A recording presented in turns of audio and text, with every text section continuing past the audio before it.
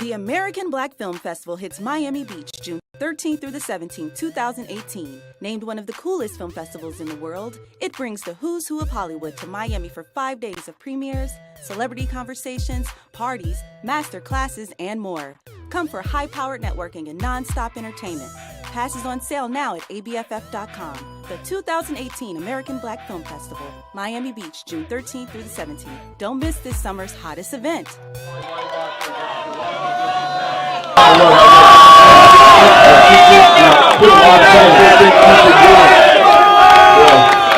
Once again, it's on. Hi, my name is Lorenzo Thomas for the Live from the M.I.A. and the Sports Brothers Network. And this show, well, we're talking about the 2018 Miami Dolphins. Football, so let's get to it. Now, the NFL Draft was held a few weeks ago, and as recent as this past weekend, teams conducted their rookie camps. Now, this is when the South Florida media and the fans have a chance to see and meet the newest members of the Miami Dolphins. All right? So now, coming up on the show, we will hear from rookies M.I.A. Fitzpatrick, Jerome Baker, and of course, Mike Gesicki. Plus, my exclusive interview with my good friend and former Miami Dolphins cornerback, Patrick Surtain, as he discusses coaching and the good old days of playing with the fish when they used to make the playoffs year after year after year. Oh, those were the good old days. Anyway, as we get ready for the upcoming season, this is the time of the year where everyone thinks their team is going to the Super Bowl, or at least has a chance to go, and every team has issues and tries to improve as quickly as possible. So, as a Dolphin fan, how do you think the Dolphins will do this year? I've heard the experts grade the draft from a C- to a B. However, the Dolphins let two of their best and most popular players get away, not to mention the trade of Super Bowl ring-toting Jay Ajayi for a fourth-round pick, and let's not revisit that, all right? The Dolphins have reshaped their roster by getting rid of some of the high-priced players and added some youth, athleticism, and veteran leadership. The question is, has the team improved? Well, the experts don't think so. They don't think this version of the Miami Dolphins will be good. Well, that's what free agency and the draft is all about. Now, I feel the Dolphins' 2018 draft filled a few holes, added some depth, but the Miami Dolphins are missing an abundance of big-time playmakers on offense. You know, like the type of player on offense that you would pick in the first 3 rounds of a fantasy football draft. I don't think we have one. At this time, the Dolphins' defense had severe problems stopping the run. It couldn't cover the tight end or either backs out of the backfield. Plus, with Ryan Tannehill coming back from an ACL injury, I must admit, fans are a little concerned about the ability or even whether or not he will return to the form of the 2016 season when the Dolphins made the playoffs. With this being one of the best quarterback draft classes in years, it is assumed the Dolphins will select a quarterback early on, or at least sometime during this draft. However, when the Arizona Cardinals moved up ahead of the Dolphins to pick quarterback Josh Rosen, the game plan had to be adjusted just a little bit. You think? In the 2018 NFL Draft, the Miami Dolphins select M.I.A. Fitzpatrick. So the Dolphins don't draft a quarterback and select safety M.I.A. Fitzpatrick from Alabama. And he's considered one of the top 5 picks in this year's draft. But what makes this pick so interesting is that the Dolphins already had Rashad Jones and T.J. McDonald at safety. It didn't seem to be a position of need. So I asked a few Dolphins their opinions and suggested to Papa Pump that because so many teams have 3 wide receiver sets and we had issues covering the tight end, perhaps all 3 will be on the field a lot. And you may see T.J. McDonald down in the box as well. Okay, well, McDonald going to put some more weight on, and so he's going to be like a safety/corner, linebacker. All right, we'll see how it works, but I think we could have got that in a round deeper than that, bro. I mean, like, this our year to get a quarterback, really. We should have really got a quarterback, man. I'm sorry. Like I said, I'm just shocked right now. You know, I wasn't expecting another safety, but, you know, the front office, I'm going to leave it to the brain trust up there. You know, hopefully they know more than I do. One thing we do know is that Nick Saban, he co-signed for Fitzpatrick in a big way. And that's something Saban doesn't do very often. But we do know Fitzpatrick is versatile. He can line up on the slot, the corner, at safety. And Fitzpatrick and Rashad should be great together. And at rookie camp, M.I.A. spoke about some things concerning his past and acknowledged the fact that he is a blue-collar type of guy. But I had to grow up at a young age. Family been through some things, so I was about 13, 14. I mean, I just grew up in a blue-collar home. My father was a mechanic. My mother, she worked at a clothing store in the warehouse. So, I just grew up it was instilled in me just to work hard, and no matter what you're doing, whether it be stuff on the field or off the field, this has just been in my blood since I was young. So I just carried over to football. That was the main reason why I had to grow up fast. I had to start working with my father and a couple other things, a couple other jobs.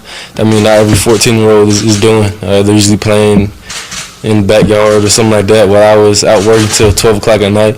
And like I said, it was just instilled in me. I couldn't complain. I had to do it because I knew I had to help my parents out, help my family out. So definitely that was like the main reason why I had to go. I'm just going out there working my hardest every day, challenging the people around me, challenging myself. I don't think anybody doesn't want to play, but if I'm not, I hope to be the best out there. I'm gonna work to be the best out there so I can contribute to the team. Just gonna start off just learning the defensive backfield, whether it be the nickel spot, the safety spot.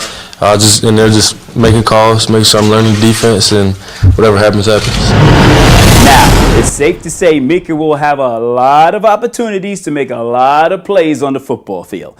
Now, up next, Ryan Tannehill gets a security break into the second round. But before we get to that segment of the show, this former Dolphin, covered a lot of wide receivers man-to-man and shut them down.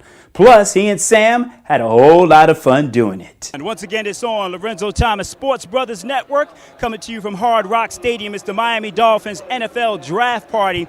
And this gentleman right here, state your case. That was actually a show we did together, right, Pat? Hilarious, man. Hey, while it lasted, it was a pretty good show. It was pretty good. You kept coming to the show. Back to Sir Tane right here, baby. What's going on, man? What's up, boy? 2-3. No doubt. And when we were doing that talk show, sports talk show, you would come in and you would be hoarse, right? A lot of the time you'd be hoarse. All the time. But there was a good reason why you were hoarse, because you were coaching, man. And I got to say, I'm so proud of you. I'm so happy about all the success you've been doing out there. So is coaching kind of like filling that void that you have from, the times you used to play football here, for Miami and, of course, Kansas City? Yeah, it is, man. When I retired, I didn't know what I wanted to do. I was stable enough to just travel the world and do that, but I figured, I had a son coming up, and I figured, why not get out there and help out with the starting Optimus levels, then gradually moved up to high school, and why not share my expertise with these guys? And man, since I've been there, man, it's been very fulfilling, able to help these young guys, fulfill their dreams of going to college, and also being a big brother, a mentor to them. That's the most important thing. Mm-hmm. Now, are these kids really receptive to these millennials, and you teaching those that are a little bit younger? Are they really open? Do they recognize your talents and your abilities? And they call you the old man all the time, don't they? No doubt. Man, do they recognize? I want to know. These kids today, man, they're gonna try you. They're gonna try you. They don't think you as good as you tell them you were, and they tell me. And then you got to turn on the film and show them, right? Exactly. They tell me you didn't even have computers back when you played. They throw in a couple of old jokes like that. Right. But sometimes I have to get out there and show them. Yeah. Sometimes. You still got it? Oh yeah. Sometimes. If you had to run a 40 right now, how fast could you run it? How fast? I probably could give you a 4.7, but I tear every muscle in my body. Yeah, man. My back is hurting just from all the standing I've been doing out here. But being a Dolphin fan that I am, and I just have to share this, and this is going to go on tape and it'll last forever. I used to love coming to because I lived in Washington, D.C. before I moved down here in 2003. I used to love coming to the Dolphin games. And I remember something, and Sam and I talk about this all the time, where, they would play the music and the box would be on at the stadium. And you and Sam would never, ever, you know what I'm about to say, y'all never go in the huddle, man. Nah. I mean, like the offense would know, we going straight man. They going straight man. Yeah. And that has to be a testament to the talents of you and Sam being lockdown corners, and then what the defense, the front seven was able to do. Tell me how much fun that was, and how that just illustrates how good the Dolphin defense was at that time. Yeah, man, we weren't trying to trick everybody. People know we were going to play, and they had to beat us. Right. That was our motto. We're gonna play cover 4. We're gonna be pressed, and you got to beat us man to man, mano y mano, and that allowed the other guys to eat. When you can lock down both corners, it allowed the defense to do a lot of different things. So, man, it was fun times, fun, man. man. This stadium used to be rocking. Yes, and I y'all remember would go to the huddle and y'all just be out there dancing. You and Big Papa been doing it for 15 years, Yeah, man. In the stands, man, it was great times. And after the game, all the fellas would hang out. Yeah, That's what you take from the game, the memories. For more on my interview with Patrick Surtain, make sure you go to livefromthemia.com.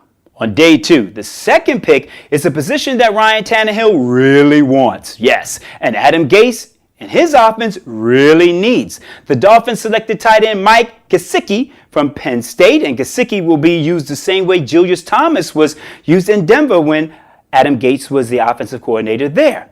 Now, the tight end Mike Gesicki addressed criticism about his inability to block. I mean, I think that's just natural. I mean, somebody says something about you. I mean, you're not going to be happy about it, but I try to just, it is what it is. That's what people want to say. But at the end of the day, I mean, everybody's going to have their opinion and all that kind of stuff. I mean, I'll be the first one to tell you that I need to continue to improve in the run game, in the, blocking, all that kind of stuff. But, if you guys know anything about me and who I am, I'm extremely competitive. I, work my tail off each and every day. So I'm going to get to where I need to be. Mike, come from up north. I mean, I think my best attribute would be high pointing the ball, going making contested catches, scoring touchdowns in the red zone, that kind of stuff. Making big plays. That's definitely, one of the reasons why I was, picked where I was. But and then just some other things that I need to work on, just the minor details of route running, the minor details of your first step, coming out of breaks, all that kind of stuff.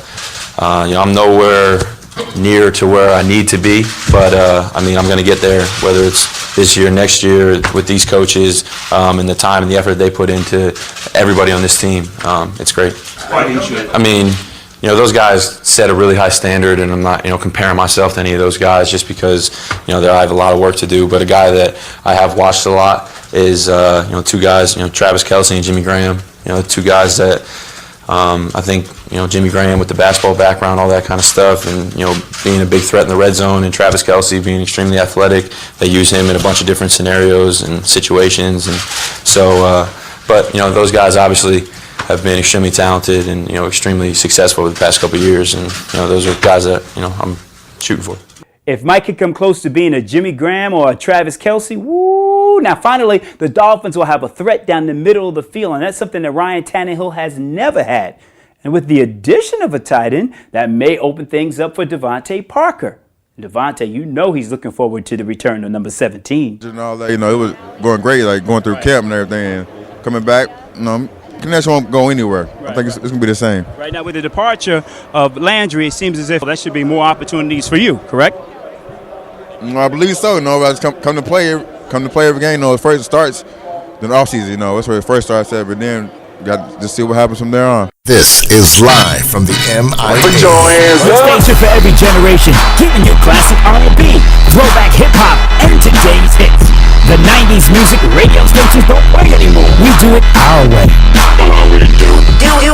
Let me see you go hard. The 90s are the foundation of this station, and we're on 24/7, 365. You were listening live from the M.I.A. We have some of the best DJs in the game with over 20 years experience in radio. We make it easy to listen to at work. We play the music you've been missing. We play it all. Hip-hop, jazz, neo-soul. We're simply the best on the net. And when you turn us on, leave us on. You are listening to Live from the M.I.A. Your number one station for classic R&B. Let's get back to music. I was a big fan of Shazier. That was the one player I seen him my junior year. I was being recruited by Ohio State. He played Indiana, freezing cold, and he had like 20-some tackles, and that's when I became a big fan of Shazier. His speed, his just his attack mindset, pretty much everything. Guy, when he came out of college saying the same thing, he was too small. He just performed every Sunday, so that's what I pretty much try to do. Now, in the fourth round, the Dolphins had fans scratching their heads when tight end Durham Smythe out of Notre Dame was selected, and he's known as a blocking tight end, instead of replacing Sue's defensive tackle position. Perhaps the coaching staff feels they may already have the replacement on the roster and recently traded for defensive tackle Akeem Spence from the Detroit Lions. However, I had the opportunity to catch up with a defensive lineman from the Dolphins who is ready to step up and fill the void. Thomas Sports Brothers Network coming to you from Hard Rock Stadium, Miami Dolphins NFL Draft Party. It's on and popping. And of course, we got now this gentleman right here is going to fill that huge void which is happening. You know what I mean? You know, one of our boys have moved out, and now there's a void there. We got my man. I want to make sure I pronounce that last name correctly. You know, it's Devon Gachau. Yeah. Boom. Yes, sir. Give yeah, me some. most definitely. You gotta give me some. Most definitely.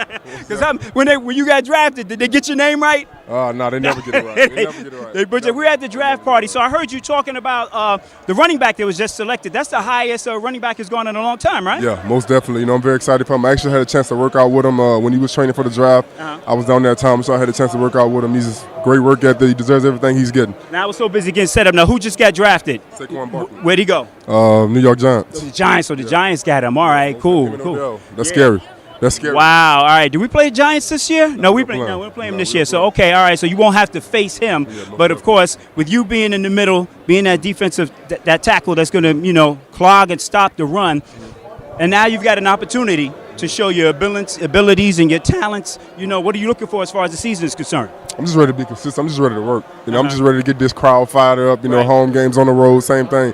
I'm just ready to work, such as me, Jordan Phillips, Gabe Bright, Vincent Taylor. We just ready to work. We putting in work in the offseason. We just ready to work. We know the stakes not high for us. In the middle is the defensive tackles, but we just ready to work. Now, you're going to be clogging up the middle for those linebackers. All right, and I think that's a position of need. It's safe to say. Would you like to see the Dolphins kind of address that? I'm not sure if you can elaborate on that, but is that something you'd like them to see? Can't really elaborate on that. But I'm happy with whatever pick they pick. I'm just here to support my teammates, here to support my organization. Okay. All right, now. This is a sports talk radio show, but we keep it real. We get turned up. You know what I mean? We like that trap music from time to time. So let me find out right now if you drove here, right? Yeah, I drove. What were you listening to on your way here to the draft? I actually don't. I was listening to no music. I got a rental car. Oh, come on! I don't know how to work the radio, but from time to time, I'm a Future guy. Right. Young Thug, Young Jeezy. I like some DJ Khaled, right? Yeah, most definitely. I like all that trap music. All right, that's what I grew up on. Well, man, thank you so much, man. I appreciate you. All right. Now, I know the Dolphins had a good draft, and they added a few players that will help the team. However, the decision not to address the quarterback position with Ryan Tannehill coming off an injury is extremely concerning. The organization may have tried to move up in the first round, but probably felt it was a little too costly to move up like the Arizona Cardinals. These moves tell you that the Dolphins are going all in this season on Ryan Tannehill. Nevertheless, we need a quarterback for the future, and the fact that the Dolphins did not address this need is disappointing. However, if the rookies and the veteran additions can make an impact this season, we should see some exciting football from the Miami Dolphins. If not, the Dolphins will be able to select their QB of the future in next year's draft, and that pick will be so high that the rookie will be able to start under center next year. For the Live from the M.I.A. and the Sports Brothers Network, I'm Lorenzo Thomas.